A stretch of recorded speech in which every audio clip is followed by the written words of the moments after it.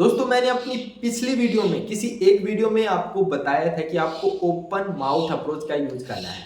Open mouth approach से मेरा मतलब था कि मुंह को ओपन करके अच्छे से स्प्रेड करके आपको हर एक वर्ड को हर एक अक्षर को बोलना है।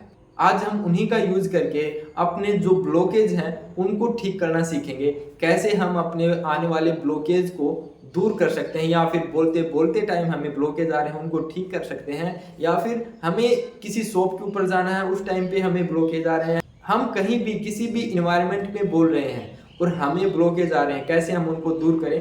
आज इसके ऊपर हम ओपन माउथ अप्रोच का यूज करके कैसे ठीक कर सकते हैं उसके बारे में बात कर रहे हैं। तो दोस्तों चलिए शुरू करते हैं। सबसे पहले मैंने आपको ये चीज़ें समझाई थी कि आपकी मसल्स, आपका स्पीच मैकेनिज्म कैसे वर्क करता है, कैसे आपकी साउंड प्रोडक्शन होती है, कैसे आपको ब्लॉकेज आते हैं, ब्लॉकेज क्यों आते हैं। अगर आपको ये सब चीज़ें अभी नहीं पता चली है तो मेरे जो प्रीवियस वीडियोस हैं उनको अच्छे से देखिए, ऑब्जर्व करते हुए देखिए, आपको इसका सॉल्यूशन मिल जाएगा।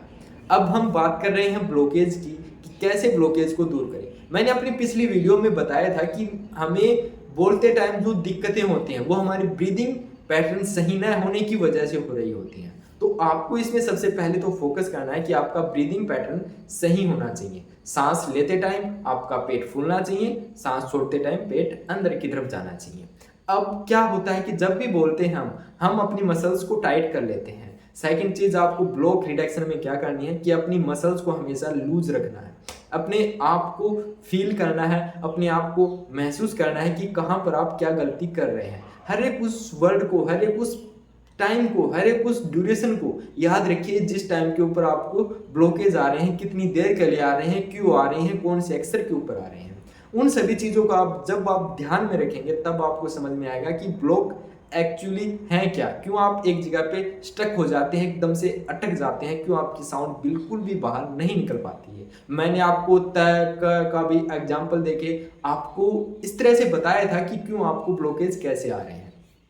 अब ये चीज़ें हो गई। अब मैंने आपको दो चीज़ें बताई अभी तक कि अपनी ब्रीदिंग पैटर्न के ऊपर ध्यान दें, अपनी मसल्स को रिलैक्स करें, उसको ऑब्जर्व करें, और उसके बाद स्मूथली आपको जो आपकी प्रोलोंगेशन टेक्निक है उसका यूज करना है। और साथ ही साथ आपकी जो आप प्रोलोंगेशन के दौरान बीच बीच में पास दे रहे हैं, बीच बीच में रुक रहे हैं, बीच बीच में थोड़ा अपनी स्पीच को टाइम दे रहे हैं, उस चीज़ के ऊपर आपको फोकस करते हुए अपना ब्लॉकेज है उसको दूर करना है। देखिए, ब्लॉकेज एक बार में ठीक नहीं होने वाले।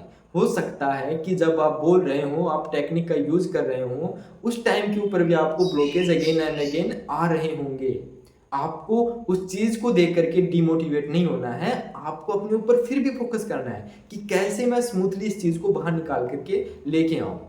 आप कोई भी नई हैबिट को अपने अंदर लेके आएंगे, उसको आपके अंदर इंस्टॉल होने में बहुत ज़्यादा टाइम लगेगा, आपको अपने आप को अपडेट करने में बहुत ज़्यादा टाइम लगेगा। वो हैबिट है, आप इतने दिन से इस चीज़ को सहन कर रहे हैं, तो आपको एक नई हैबिट बिल्ड करने में टाइम लगने वाला है।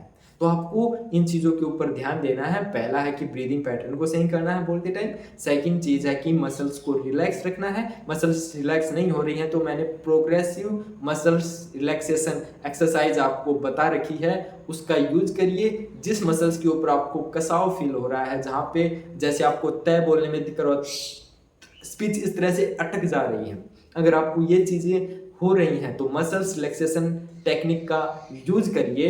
वहाँ पर आप बिल्कुल शांत रहिए, उस मसल्स को महसूस करते हुए रिलैक्स करिए, उसके बाद अगेन बोलने की कोशिश करिए।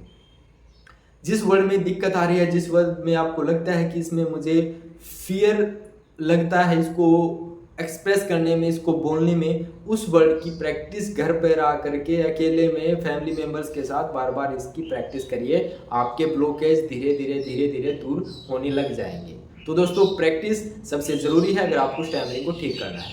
तो दोस्तों, आज के लिए इतना ही। फिर से मिलते हैं हम एक नई वीडियो के साथ। Thank you.